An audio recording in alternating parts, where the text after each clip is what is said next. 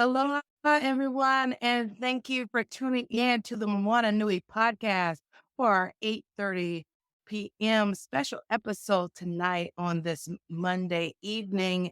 We'd like to thank each of you for joining in. For those that are tuning in to the Moana Nui Podcast for the first time, I am Dana, the other half of the Moana Nui Podcast. Outside of being the co-host, I'm also a photographer, event planner, voice actor, and a whole lot more. My other half of the show, who's not able to join us, she is the founder of the show, Moana McAdams, but she's also a children's book author.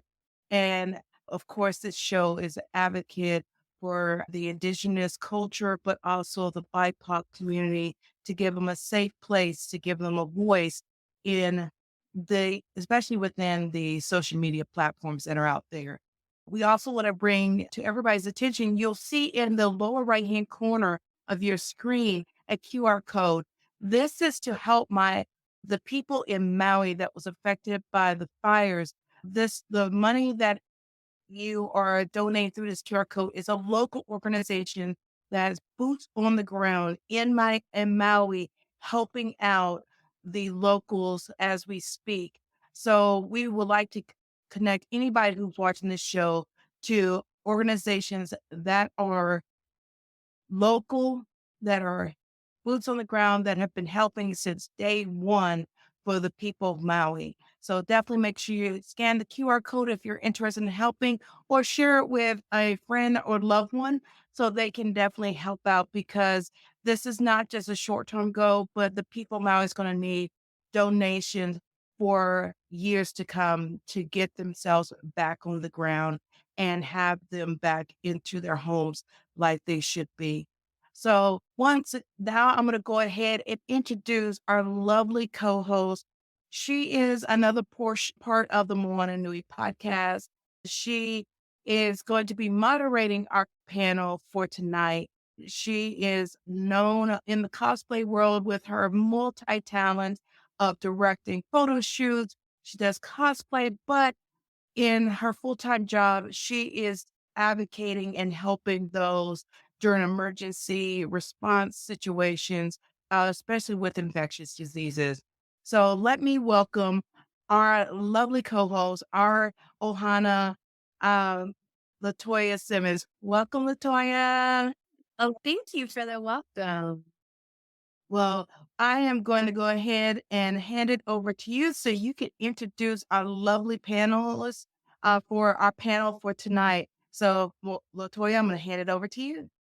Okay, thank you so much. So, welcome everyone. Once again, thank you so much for joining. We're excited to have you here. Just to make sure we're on the same page, I'm going to give you a little bit of background about today's topic, which is really stories and storytelling. So, Mo'olelo, or stories, are central to Native Hawaiian culture and identity, and it connects Hawaiians with their genealogy, with their community, with the land, and with the natural and spiritual world, drawing upon ancestral knowledge and culture and the history of the culture itself and of the islands themselves. Moana Nui Podcast and myself invited three very talented storytellers and cultural practitioners to share their personal mo'olelo, their personal stories of how they became storytellers and why it's important to keep our indigenous stories alive. So, with that being said, I'd like to welcome our three panelists to the screen. Hello. Aloha, everyone. Aloha. So, Aloha. thank you all for joining us. And so, very quickly, we'll just go around the screen. I'll call out your names, and then you can tell us a little bit about yourself, maybe one or two really interesting facts about how you got into storytelling and who you are. We want to know who you are. So, first, I'll start with Kahu. Hi. I'm Kapu Dave. My real name is David Wallace, and I'm from the island of Molokai. And I'm a retired educator, a high school teacher. And my journey into storytelling was entertaining my grandbabies and my children. And I used to be amazed at some of the things that I heard growing up. So it's just passing on stories that are heard that my grandparents and parents used to talk about and sharing with my kids. So that's where I got started. Awesome. Awesome. And Lopaka, you're next. Oh, aloha, Lopaka, Kapanui. I guess I began my journey in storytelling as a kid in karate class. My instructor's name, believe it or not, was Mr. Miyagi. Are you serious? Yeah. Turns out he was a consultant on Karate Kid. Wow. So the short story is he was the sensei that would whack me on the head or about the body with a kendo stick, because he said, when I should be learning karate, I'm spending too much time talking story. So that's how it started. That's a pretty awesome origin story. Paki. Well, for me, storytelling is just kind of innate. I'm part Portuguese, so like that in of itself, right? I mean, it's a natural part of who we are. I mean, if anybody has come from Hawaii, the Portuguese, that's all they do, tell stories. And sorry to say this, but a lot of the stories is really just kind of fabricated and fibs. So there's just a lot of laughter and stuff like that. So my dad, he's Portuguese. My grandma, she is full Portuguese. So it just kind of happens. But then now coming from the Native Hawaiian side, both my parents are both Native Hawaiian, but you hear some of the stories and some of the stuff that we should be talking about today. Like it translates, right? Because telling story is not just telling the story, right? I mean, anybody can tell you the story. Anybody can read a book, but in order to be able to tell the story, like that's where entertainment comes in. It allows people Yes. to stay embraced into the moment and everything. So for me, I feel like it's just in the DNA. I got the Hawaiian side that got the stories, and I got the Portuguese side that can tell the stories. So I kind of lucked out. Absolutely. Like, It's in your DNA. I think all of us, it's in our DNA. We can't help it. We got to tell stories. Well, thank you so much for those introductions. You all are amazing in your personal lives and professional lives as well. So really quickly, we'll go back around the screen again and kind of tell us who you are, a little bit about you. We now know your background, how you got into storytelling, but who are you today in your present? Kahu, I'm going to start again with you. Well, as I put down on my list right there, I'm an author, but I'm also a psychic. I was born with and skills that people tried to hide things from me. They couldn't. I could see things, give a second sight, prophetic dreams, and things like that. And as an adult, I learned how to remote view so that I can take this natural ability and add discipline to it. So I use a lot of my abilities to kind of like travel through time, play around with different things and ideas. And if I'm interested in looking at something anywhere around the world, I have that capabilities. So I use this skill in many applications. In fact, if you watch some of my YouTube channels, I make predictions on games. Oh, very interesting. Very interesting. And I love how that actually, I love how that can tie into your storytelling capabilities. Even that right there is a story. That's awesome. Thank you, Kahu. Lopaka, not you. I can vouch for Kahu Dave because I don't know if he remembers, but he remote viewed one of my tours that we did at the archives building on the grounds of the palace. And as far as his psychic abilities, he told me one time, he said, "Stop eating junk food." Wow. Was he correct? Was he correct? Yeah. Yeah. Okay. Yeah. Okay. So tell us about who you are in your present. I love that there's this connection between you and Kahu as well, but tell us more about you. Like, who are you today? We learned about your Mr. Miyagi as a child and how you got started in storytelling, but who are you today? What are you up to these days? Where to begin? That's the question. I'm a grandfather. My wife and I together manage this business we have, Mysteries Hawaii. And as far as storytelling, during the time when I was learning things from my mom, she talked about something called noho. And loosely translated, one of the meanings of noho is possession, but not in the Western sense. It's possession where your aumakua or your kupuna, their spirits come and sit on you and communicate to your family through you. And so you Wow. take on all those characteristics, all those little mannerisms. And I remember her telling me it. She said, at some future point, Nova will become what you do. I had no idea what she was talking about. And so in many instances, when I'm in the capacity of telling stories, that's Nova. It's channeling the soul or spirit of the story through myself to the audience. And Wow. there's been times when we do what we call co-storytelling concerts, and I don't remember most of it. I remember Wow. getting on the stage doing the introduction, and like what also happens, and I'll make this brief, is in the audience, people's deceased relatives are there. And in the past, people in the audience, there's deceased relatives, have come on stage and tried to hijack the whole thing. Oh, Because wow. I'm trying to tell a story and I'm ignoring them, but they're like right there. It's like, it's my sister right there. Ask her where the paycheck went for the house.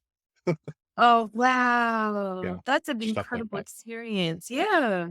So definitely, not only do we have writers here on this panel, but also spiritualists, those who are in touch with not only their own spirits, but those who have passed on and are answers akupuna. That's incredible, Lopaka. Wait until you ask Paki what's going on. Uh-oh. Paki, you're up next. Uh-oh.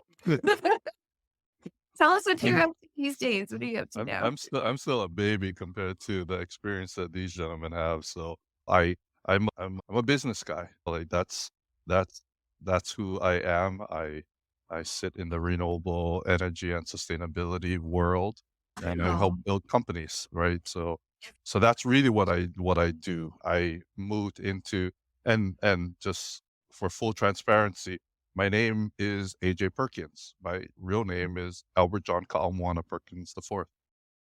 oh, And wow. and I've been in Southern California for about 7 years, and because I'm here, that's who I'm known as, AJ Perkins.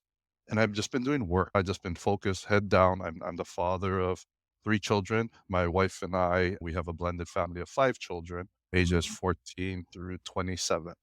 Oh, wow. And Yeah. You're so it's busy. it's it's beautiful, yeah, how this Hawaiian nest, I'll call it, came back out. I'm a graduate of Kamehameha schools. I'm the 3 boys, and all 3 of us went to Kamehameha. That really doesn't mean anything except we were around more Kolohe kids. Like, so Yeah. we were a part of that. And then what happened is, me being away for so long, me not raising my children in Hawaii, I felt this obligation to make sure that I taught my children their culture. They come from a very rich culture, and they weren't being able to experience it in the way that I did. So that's where this idea of storytelling came in, because I'm like, I got to teach you at least the 3 most important words in the Hawaiian language: mahalo, gratitude; aloha, love; ohana, family. And we did that Yeah. through story. And I taught them this at a very young age. And then as we Mhm. started to get older, they're like, Dad, we got to tell the story. We got to tell the story. And that's how this came to life. So for me, business is where it's been, and it's completely transformed because of my culture being able to influence who I am as a person. And being able to pass that down to your children as well. That's awesome. Yeah. Paki, this is what you have to look forward to when you get to our age. Live podcast with a shoji screen background. You got That's a why, like I said, one day I want to be like you when I grow up. I need to have that.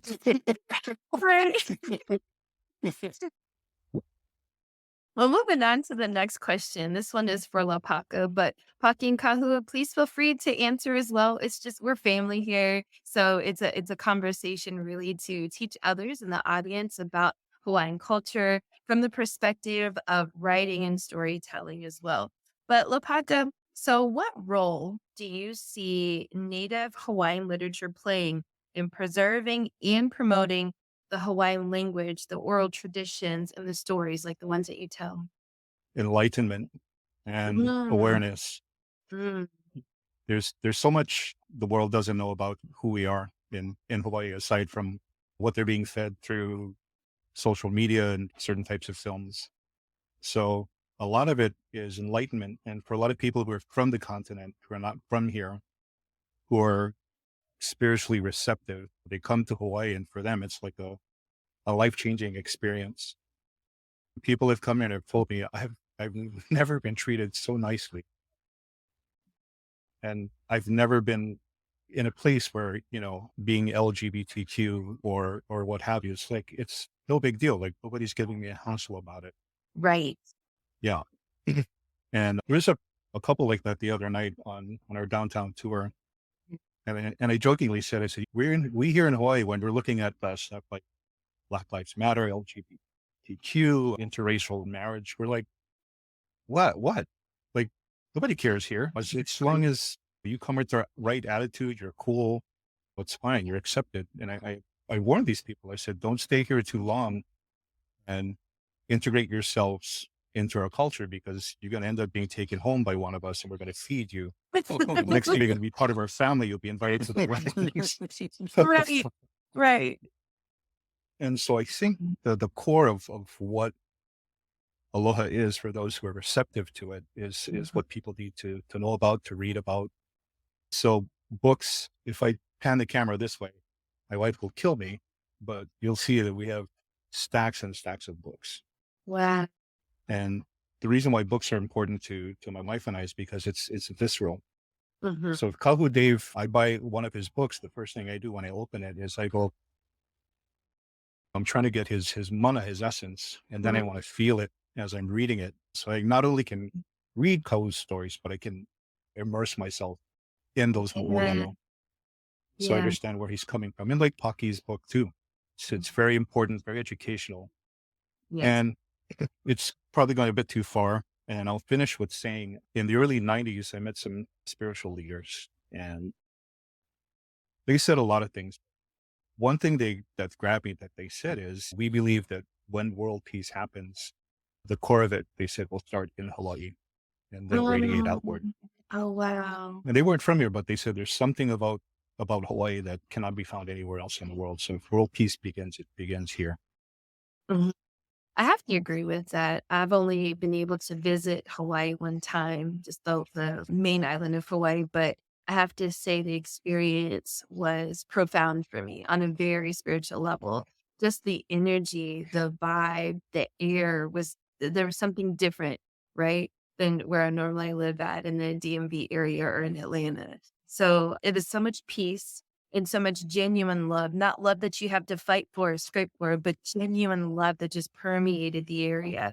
So I agree with you. I've never heard anyone say that before about peace beginning in Hawaii, or in the islands, but I have to say I agree with that.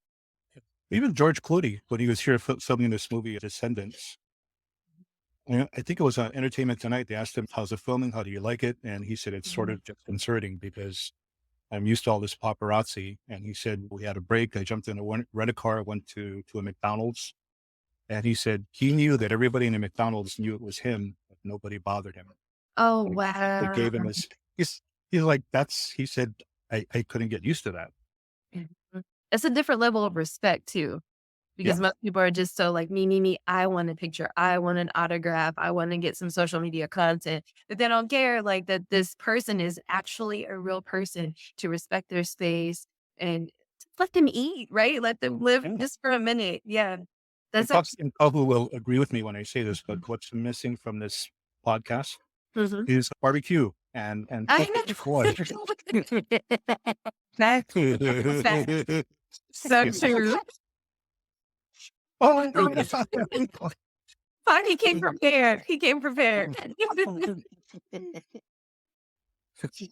Well, thank you so much for that answer, Lopaka. It actually drives my mind into a different, a related direction that I kind of want to ask Paki about this in terms of Native Hawaiian culture and storytelling, and your children that you brought up, actually having them write a children's book, right?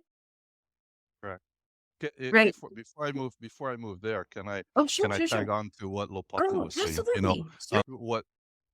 One of the things that was taught by Auntie Pilahi Paki, she actually said, in the 21st century, the world will search for peace, and they will look to Hawaii because Hawaii has the key, and that key is aloha.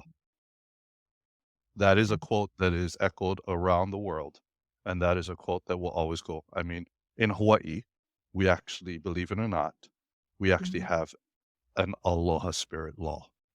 It is law. It is who Wow. we are. So much so that the state of Hawaii has the aloha spirit law, and that can go on. And then when you talk about story and things like that, the reality is, as a Native Hawaiian, we know we have an oral culture. We did not have a written language. Yep. It wasn't until the missionaries came to the islands that they said, if you want to be a civilized culture, you need to have a written language. Oh, really? Okay. Okay, because I can tell you my genealogy Mm-hmm. all the way back to Adam and Eve. Mm-hmm. If you have the willingness to sit through my chat, what many of us know as the Kumulipo, if you as a Native Hawaiian can connect your generations, 8 generations up to the Kumulipo, you now literally have the oral history of our entire genealogy back to Adam and Eve. What other culture can actually do that? It's all oral, Exactly. right?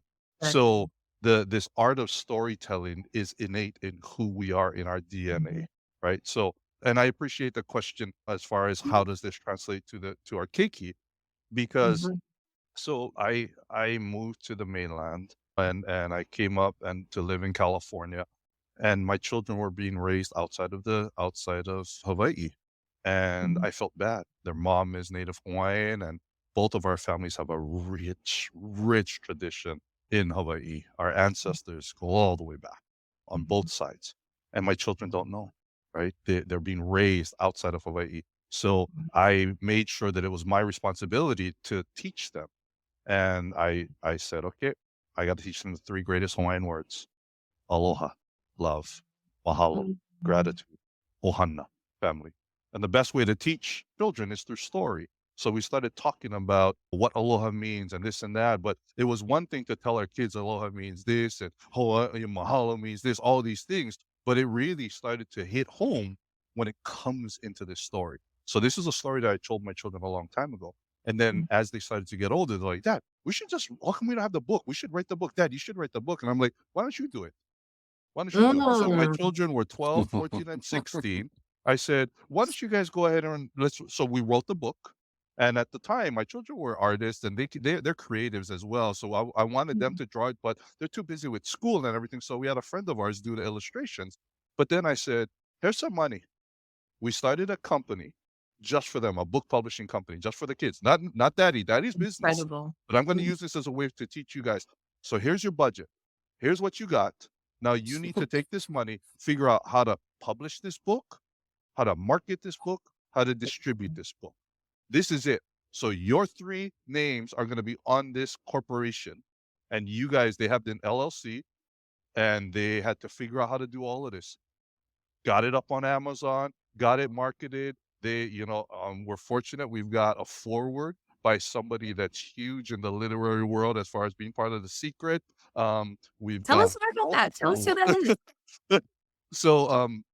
So for anybody that knows about the law of attraction, a while ago, they came out with The Secret, which is a new twist on the law of attraction. Think and Grow Rich, the Bible, ask and you shall receive type stuff, right? So it's old thinking that's just repackaged into The Secret. The Secret sold $1 billion worth of everything, books, movies, and whatnot. And Lee Brower from The Secret, who talks about the gratitude rock, he has this rock that he puts it in his pocket to remind him every time he touches the rock, it reminds him to be grateful. So Lee Brower came to Hawaii, and I spoke on stage with Lee to talk about The Secret and gratitude. And Lee actually got to understand mahalo hana, mahalo, aloha ohana. And he was deeply entrenched. I mean, literally, Browder came to my family reunion on Kauai. You know what I mean? Like, Browder was there with all us brown people. You know what I mean? And he was able. So because of this, he comes and he's like, I'd love to contribute a portion to your book. And that's where my children were like, Uncle, please, can you do this? And the kids, we've won probably almost a dozen awards. Like, we got all these awards and everything. And I was like, this is okay, baby. We're still poor. You know what I mean? We descended from kings and queens, but we're still poor. It's okay. The rich in spirit. The rich in That's spirit. it, baby. Well, that's it. But the kids love it, and we got 2 more books coming out within the series and everything. So Oh, they're excited. Yeah, because the Awesome. Mahalo book came out. Mahalo does not mean trash, but then we also have the second book on aloha, which is love, and then the third book on ohana. So all of the books are all written. We just need to keep moving it along. So they're in that process. wow. Paki, that's incredible. So what I'm hearing you say is not only are you keeping stories alive and through your children, but you're teaching children your children's skills. You said at the beginning you're kind of a business guy. And I'm like, I hear it all through there and I see it all through there. You're teaching your children how to own a business, how to market, all these different skills that they could learn before they're adults. And if they'd like to go into business or any Yeah. other form of work, they have these talents already. And Sure. not only are they exercising this talent through their publishing company that you help them start, but also they're getting feedback that's positive, right? Through sales, through numerous awards. So Correct. they can see how all of this gratitude and walking in purpose and listening to your parent and having your ancestors kind of be channeled through these ideas is so powerful and so impactful. Not only it's a ripple effect, right? Not only directly through from you and your wife to your kids, but also through the community, right? In the community at large. That's incredible. So shout out to you for great parenting, you and your wife. Thank That's right. All the I stand parents are stand on the singing. shoulders of giants. Stand on the That's shoulders of right. giants. It's definitely not That's right. definitely not Right. us. Right, absolutely. I totally agree with you. In that vein, you made a point that I love. You said the best way to teach children is through story, right? It's absolutely true. Stories, dance, visuals, music, right?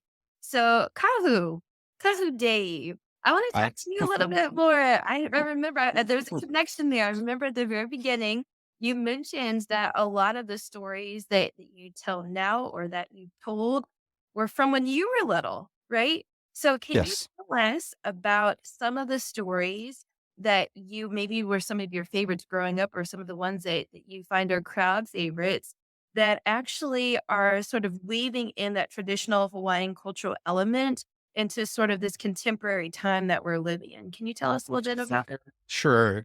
In fact, the whole new series that I have on Kindle, the Hawaiian shapeshifter, is actually based on a tradition within my family, my grandmother's family, that we have a story where our ancestor is actually a kupua.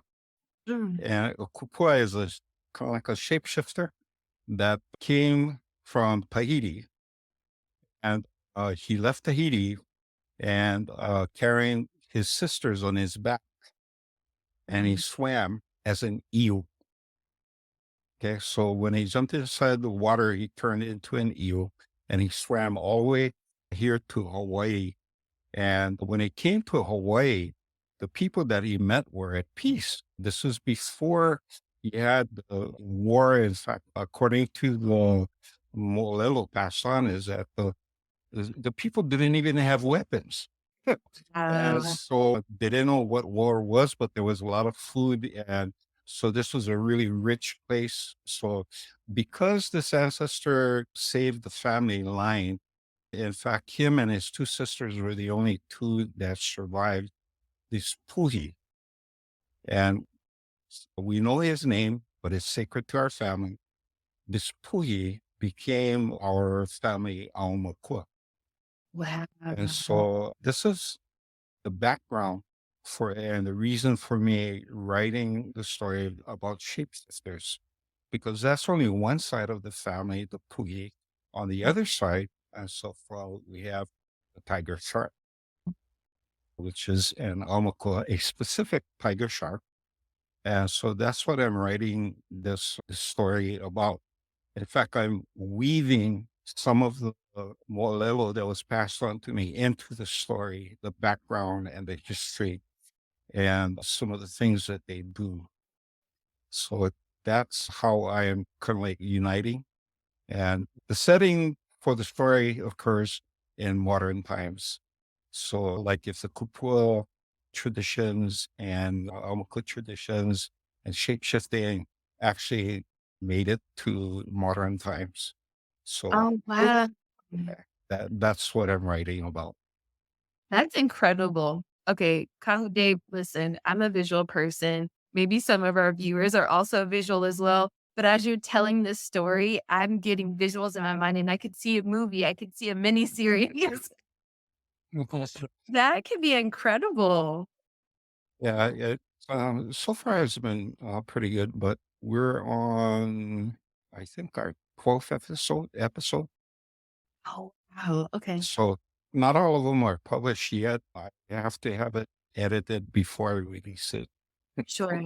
So, Yeah. so these episodes, are they on YouTube live, or do we have to wait for them They're to on be series? they're on Kindle Vella Oh, and okay. Kindle Vella, and it's only available in the U.S. market. Okay. Yeah. And as an author, you need to make a decision, especially a Native Hawaiian person. And when you're writing about Native Hawaiian things, if you write and include throwing a lot of Hawaiian in there, number one is if you're going to alienate a white audience and stuff. For me, my aim is a greater audience that is Native Hawaiians. So I kind of have to walk a line there to say, okay, throw in enough Hawaiian culture stuff, but also to balance it with what non-Hawaiians would understand. It's interesting that you bring that up, Kahu, because my next question actually had something to do with that. I wanted to ask the three of you sort of what challenges you face when representing Hawaiian culture in your work, whether it be through storytelling or through actual writing or Kindle novellas. And Kahu, Dave, you spoke on that a little bit, but can you elaborate a little bit more? And then Lopaka and Paki sort of share your experiences as well. When you're trying to produce something that accurately or honorably represents Hawaiian culture. And then there's cultural sensitivity around that, in addition to another layer of, well, you may have a predominantly white audience. And how do you make sure that your work is still honoring the culture, but is something that they may be interested in and want to read? How do you sort of tackle that, Kahu Dave? Just choose my words carefully. Yes. Well, Yeah, just got to facts. choose my words carefully Mhm. because if I whitewash too many things and stuff, I'm going to get a bunch of my cousins coming at my house and dragging me out of the house. But yeah, it's just choosing your words carefully. Like sometimes I'll make a reference to a chant that I'll use, but I use only a beginning. So those in the know will know, Mhm. but those in the know will know what I'm talking about. Those of that don't know, they'll read it over and say, "Oh, okay, that's all he said." And you just gotta be. It's kind of like dancing around something. So I'm hearing that you're creative about it, right? You're still honoring the culture. So there's no part of your storytelling where you dishonor the culture. You still honor it, right? But you Yeah, do so with a creative approach. and I try and use words, English words that can describe what I'm trying to connect. Mm. Mhm. So being really creative with your descriptors as well. Yes. Yes. Awesome. Lapaka, how about you? Pretty much the same thing. The stories I write, I have to be sure Mhm. that the information is correct, from cooking something to police work, forensic work, Mm. the history of a building. All of these things have to be considered because I know for a fact if I get it wrong or don't include it, I will receive an email or a call. Wow, Sure. what is that? What you doing? That's Mhm. not the way it happened. Yeah. And in some capacity, when I write a story that I feel is the correct information. For instance, writing a story about a curse and how a particular Hawaiian curse is done and the ingredients and the prayers that go with it. Mm. Someone will email me and said, "Who gave you permission to tell that story?" Oh, wow. Yeah. How do you deal with those though? Those who email you or call you or text you and they're just like, you don't have permission, or I don't like the way you told that story, or how do you handle that? I tell them if the story was not meant to be told, not meant to be printed, and I did it anyway, you and I would not be having this conversation. Mm. Period. My Mic drop. my mom will come and the small hairs over here, like Mhm. her spirit will grab it and yank it like this. Or Mhm. flick your ear. Flick his ear, That's a good one. or wake up with bruises. Right. Yeah, See? your people, your kupuna tell you you're screwing up or you're Mhm. not. And it's not in a nice, supportive Montessori kind of way. It's very physical. Oh, wow. Okay. So they Yeah. make it clear what needs to be told or what doesn't need to be told. But I feel like there's a part of you that has to, or a part of not just you, but any of us or any of those Mhm. listening that has to be sort of in tune with that, right?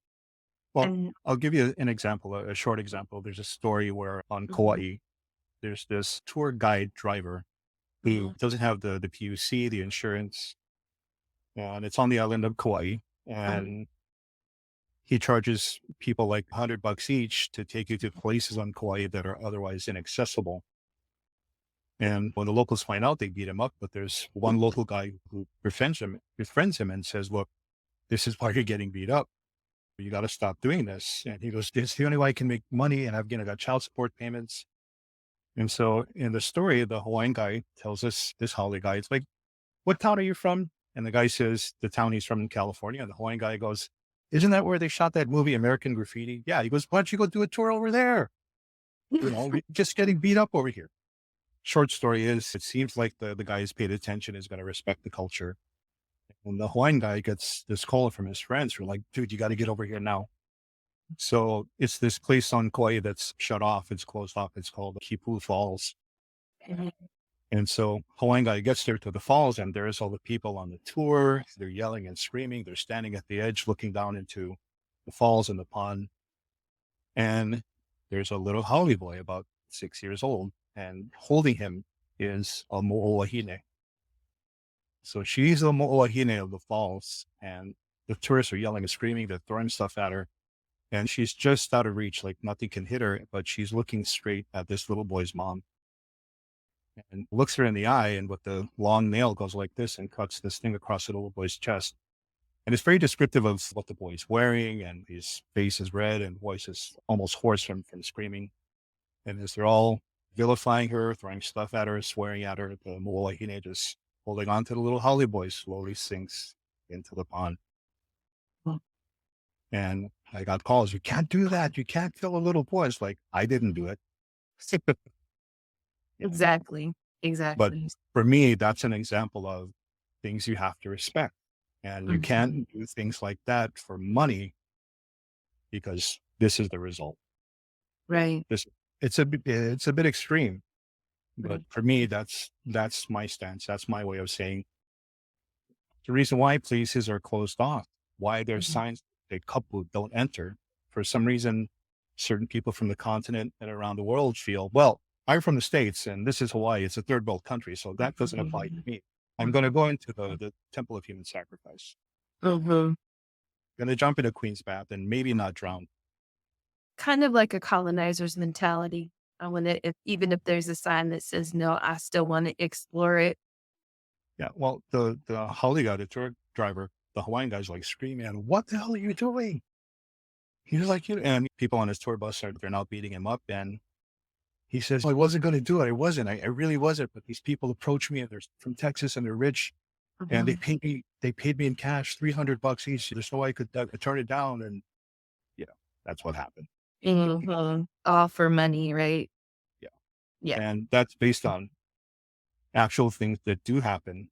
There's some Mhm. people in tour industry who are a bit nefarious, and Mhm. business from this continent will say, "Hey, we know according to the brochure, we're not going to go there. But listen, we kind of found out your kid is having trouble with the tuition payments. So let us help you out. Just Mhm. do this and we'll help you out." Yeah. Yeah. Well, thank you for that, Lopaka. Paki, I saw you unmuted your mic and I wanted to give you some time to add in as well. What are some of the challenges that you faced or maybe that your children even face when trying to honor Hawaiian culture, but still pushing out their book? I I I guess a lot of it is your Mhm. target market, right? I mean, from a business Mhm. perspective, business always has to look at who's your target, right? And honestly, I Mhm. wasn't targeting Hawaiians. Hawaiians don't need to know Wow. what mahalo, aloha, and ohana means. We don't need to know. We don't need to know that stuff. my Facts. target market was the visitor market, right? I Mhm. mean, I literally sat there and asked my kids, what are we doing this for? Are we doing this to make money? If we are, Daddy knows how to make money. And they said, no, Dad, we got to teach people about our culture. We got to teach people about these values. And I'm like, so it's not about money. It's about distribution. It's about making sure that more people can learn these stories. So then why don't we give the book away? Well, because there's no value to that. How can we help? Right. So you start understanding all this stuff. Now, as it relates to your question about how does this balance come in, it really comes in because for us, we have to look at it saying, how do we properly teach the Mm. Hawaiian values? Mhm. Right? Because we could have easily sat there and said, Mahalo means thank you. And these are all the gratitude things and talk about this. And right. I mean, we could have taught what the literal translation of Mahalo means, right? The whole pukaku, right? But then we also could, but what we did was we went a little deeper into the kauna, the symbolic side of it. And then we went Mm. even a little deeper than that, which is the noahuna, which is the spiritual essence of it, right? Yes. So within almost all of our Hawaiian language, we've got 3 meanings to every syllable that's uttered, right? So Mhm. we had to look at this and say, it's more than teaching about mahalo means gratitude. But who tells the story best? And that's why in this story, we actually use Pupu. Why? Because first of all, Pupu was the one who taught my keiki this, right? Grandma was the one who taught my grandchildren this. So in the story, that's the one who's passing down. Dad is telling you mahalo means thank you. Because dad is hauli, right? But then Mhm. Pupu is telling you mahalo means I'm honored to be in the presence of your divine breath. Right? Mm. That's Yeah. the kauna. That's the whole pukaku. So at the end of the day, where my children's goal, honestly, is come out with all 3 books, Mahalo, Aloha, and Ohana, and put them Mhm. on Hawaiian Airlines. That's it. Mm. That's it. Amazon is cool.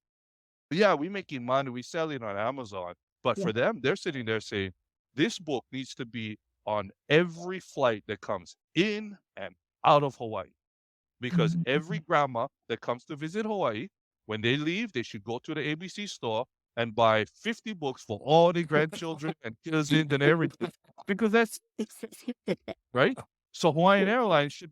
So, and the other part of it too is the reality is, if we put these types of books like this book that the children are writing, right? If we put this book on Mahalo, Aloha, and Ohana, we create a better visitor. Can you Mm. imagine what these visitors Wow. will be like when they come into Hawaii and they actually say aloha, right? They're not going to the shows and saying aloha, right? They're Mhm. actually coming in saying, when they hear a Hawaiian tell you mahalo, they want to know there's a connection. There's a Yeah. connection. When a Hawaiian tells you mahalo, there's this connection. You and I are now connected. If you cannot Mhm. accept that connection, if you cannot accept that commitment, then just say thanks. That's Right. simple. You know what I mean? So Yeah. that's the whole balance. And for us, our target market truly is the visitor, but Yeah. educating the visitor on the beautiful language that we have. Wow. That's incredible. Oh, go ahead. Is someone saying something? Okay. That's incredible, Paki. Thank you so much for that perspective and for talking about the target audience not being Native Hawaiian. They already know, but teaching those who are coming in so that you could maybe make a difference in the visitor types, right? Or not the visitor, not just the visitor type, but in the mindset and how they treat the land while they're there, how they treat each other, how they treat the people, especially the natives. That's incredible and it has a huge ripple effect. So kudos to you for that mindset and for that perspective. That's incredible. Let's see. Lopaka, I have one more question for you. I know that you mentioned that you and your wife have a business, and I want to hear a little bit more about this business and how specific Hawaiian places or landmarks have found their way into your storytelling. Yeah. So the business is called Mysteries of Hawaii. Mm-hmm. Originally, it was called Chicken Skin, and it was started by my late boss and mentor, Glenn Grant, who started the first ghost tour here in 1974. Mm-hmm. And so when it fell into my lap, of course, a lot of Hawaii was integrated. And so since COVID, the places we can go to are now limited because everything is closed down. But before that, the places we would go to, like the Pohukaina Mound on the grounds of the Iolani Palace, where the Hawaiian royalty were buried until they were moved, I think, in 1865. Places like Kaneilio Point in Waianae at Puakai Bay, Ku'ilioloa Heiau, and an old navigational heiau. And places like that naturally are approached with a lot of reverence. The reason I don't bring ho'okupu or offerings to particular kinds of heiau is, as my mom told me, because so many things were lost, when you go to a heiau, the best thing to bring is a lei and then offer an ole, a chant. She said, because some things were lost, she said her personal belief was that you shouldn't bring food offerings because you don't know what's there. And she said, and what if you go back the next time and you don't have a food offering? Whatever's there might decide to take you as the offering. And so even like the post office in downtown Honolulu across the street from the palace, we used to get a bit of reverence approaching there too, because at one time it was what they jokingly called the lumber yard, where they made all the key images, carved them for temples of human sacrifice. So even knowing what those places are, they're still approached with a lot of reverence and respect. Yeah. And sometimes people say, why you go stand at the corner of Merchant and Alakia, and why are you chanting to the First Hawaiian Bank building? I said, because it's sitting on a local, opening. So physically you have this modern day edifice. What's there did not go away. It's still there.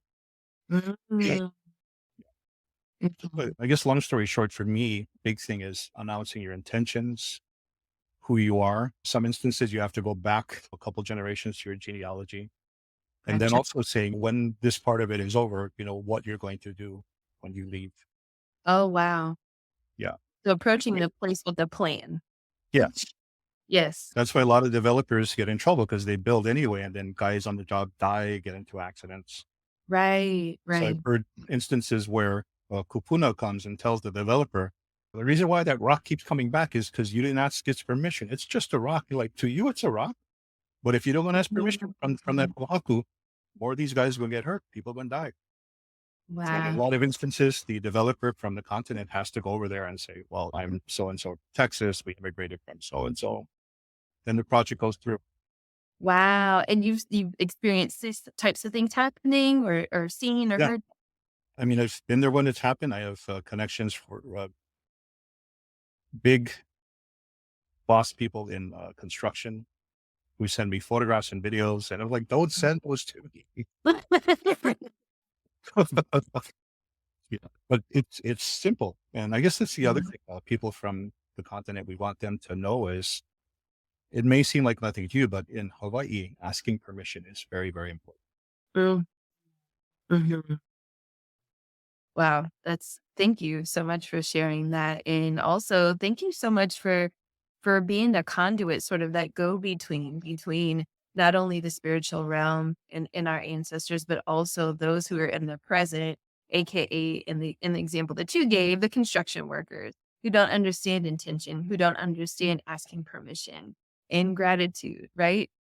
Well, I'll end with saying, when one of my tours meets downtown, we meet in front of the Kamehameha statue. And you don't realize how many visitors, even though the sign says don't walk on the grass, walk on the grass.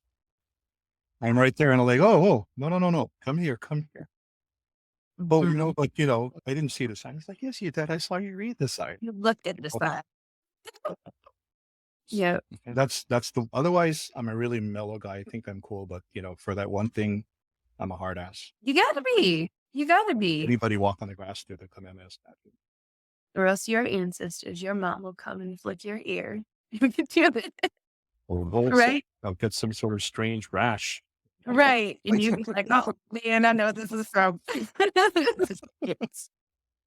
So Casa Dave, I'll shift over to you, kind of keeping along with the spiritual sort of aspect of things.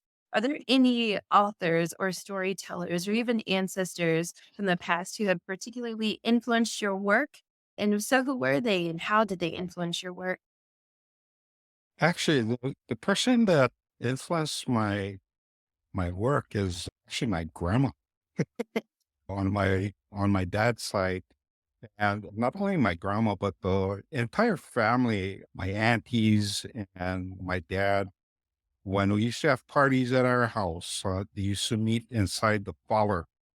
And all of these old folks used to get together, and I'm hiding in the back of the couch and listening to the stories that they're telling, and they're fascinating. And they're speaking Hawaiian, but I'm picking up different things here and there.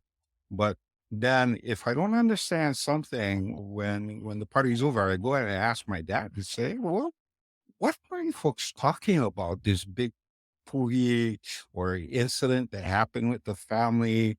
Like my grandparents were transplants from the island of Maui to Molokai. And so when they came to Molokai, there was a lot of spirit activity happening inside the community. The Lapu Lapu Kolohe, Lapu Lapu Kolohe that was making people go kind of crazy and haunting things, moving things around and causing problems with people. The place was a desert, was dry. So these people had to be really call upon the ancestors to come. And that's what they did. And those are the stories that my grandparents and my parents were talking about. Who were those individuals that called down the rain for a whole? How did they do it? And so it was the entire family getting together and trusting in their faith and in God that the rain would come. And one day, after fasting for several days, the cloud came.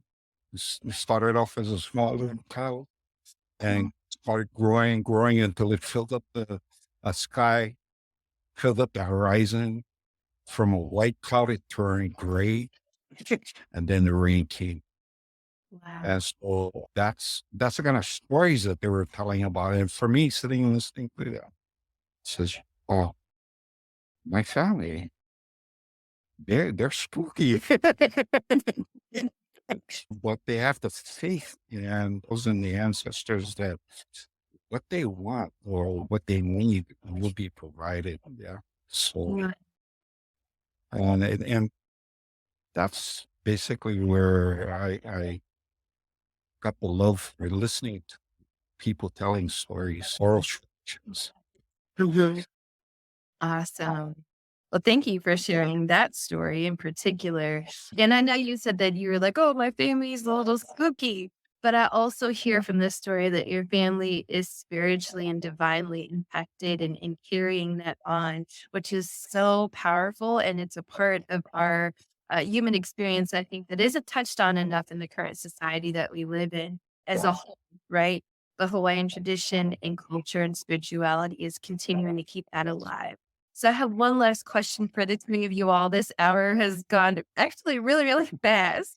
And I feel like I can talk more and we could dig so much deeper. But for those who are watching, who are aspiring to be Native Hawaiian authors or authors, period, what and very quickly, what advice would you give to them? I'll start with Lopaka for this one. Just write, just Mhm. write. Make mistakes all you want, just write, and be true to yourself. Yeah. Worry about the editing and all that stuff later, but just write the story. Whatever's filtering through, just write it, let it out. And Absolutely. I have something I want to share with Paki. A couple of my stories have been adapted for film, and one of them, a short story, is about a Vietnam veteran who falls asleep one night on his couch drinking whiskey and reminiscing of his war buddies. And then he wakes up because he hears somebody calling his name, and so he goes outside. He lives near the beach, and it's all of his war buddies from Vietnam. And as they go walking down the beach, there's a long line of night marchers. And so basically the procession has come to take him. But the guy who's come to get him, his war buddy, says, command sent me to go get you. And I wanted to repay the favor because I died in your arms. And so the veteran says, am I going to heaven? And his war buddy says, no, you're going to Kanehunamoku, the land of our ancestors. And so, Paki, this is for you because you're in the mainland. The last thing the war buddy says to this veteran is, Manawahia po e heliai ke Kanaka, malaila no e heliai ka Hawaiʻi. And so what that means is, no matter where a Hawaiian goes, there too is Hawaii. So, where you stay mainland, bro? Because here is where you.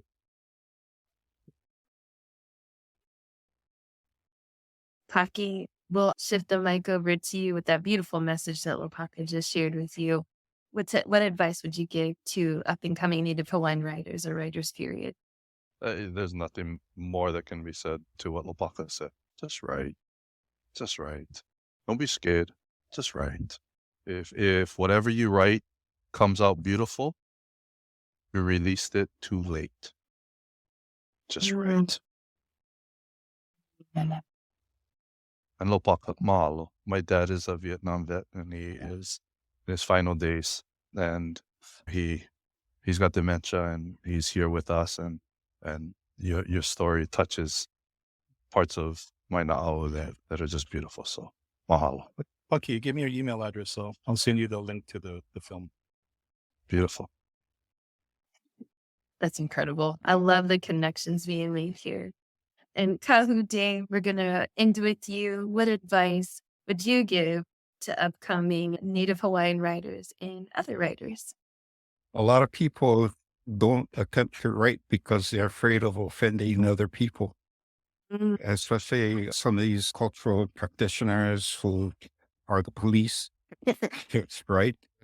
And you say something or you do something and they shoot something at you and stuff. And it's easy to stop writing and letting these people affect you that way. But by stop and not writing because you're afraid that you're going to offend other people, it's keeping a beautiful gift from being released to the world. Yeah, a beautiful story. Thank you for that wisdom. And thank you, Eliza, in the comments. Thank you for advocating with our panelists and praying with us as well. With that being said, we're going to wrap up our wonderful panel. Thank you so much, Paki, Lopaka, and Kahu, for joining us, for sharing your wisdom and experiences about writing, about storytelling, and about the preservation of Native Hawaiian culture. With that being said, one more round robin. Let's let the audience know how we can stay in touch with you and what upcoming work you have. Kahu Dave, we'll start with you. How can we reach you on social media, Kindle novellas? Yeah, you can reach me, Kaho Dave, on Facebook. That's where I'm at most of the time. And for Kindle Vella, you can look under David J. Wallace. That's my name. And I do have other books. DJ Wallace is another author name I use. So just look on Amazon. I have my books up there. Awesome. Thanks so much. Lopaka, how can we stay in touch with you and what do you have coming up next? Instagram, Mysteries of Hawaii. What's not coming up next? There's a lot. And then on Amazon, Hawaiian Night Marchers. History of the Huaka'ipo. It's a cultural and documented history of the night marchers from Kumulipo until last week at Uncle Ed's house in Moana Nui Valley. Oh, wow. Thank you so much for sharing that. And you're on Instagram, right, Lopaka? Mysteries of Hawaii, Instagram. Yeah. Okay, awesome. Thank you so much. And Paki, we'll wrap up with you. Where can we find you at and what's some upcoming projects you have? We've got our Aloha book coming and our Ohana book coming out. I actually personally have a business book that's coming out. It's the Cyber Energy Nexus, the convergence of cybersecurity and energy in the world. So again, that's the hat that I normally wear, is the business side. And then I'm not a social media guy. So we've got our website, Perks Publishing, perkspublishing.com. And then we also have PakiPerkins.com and AJPerkins.com. Those are my business hat and the Hawaiian side. So mahalo. Awesome. Mahalo. Well, mahalo to all three of you. Thank you so much for your time and your wisdom and your positive energy and connection to the culture. We really appreciate you.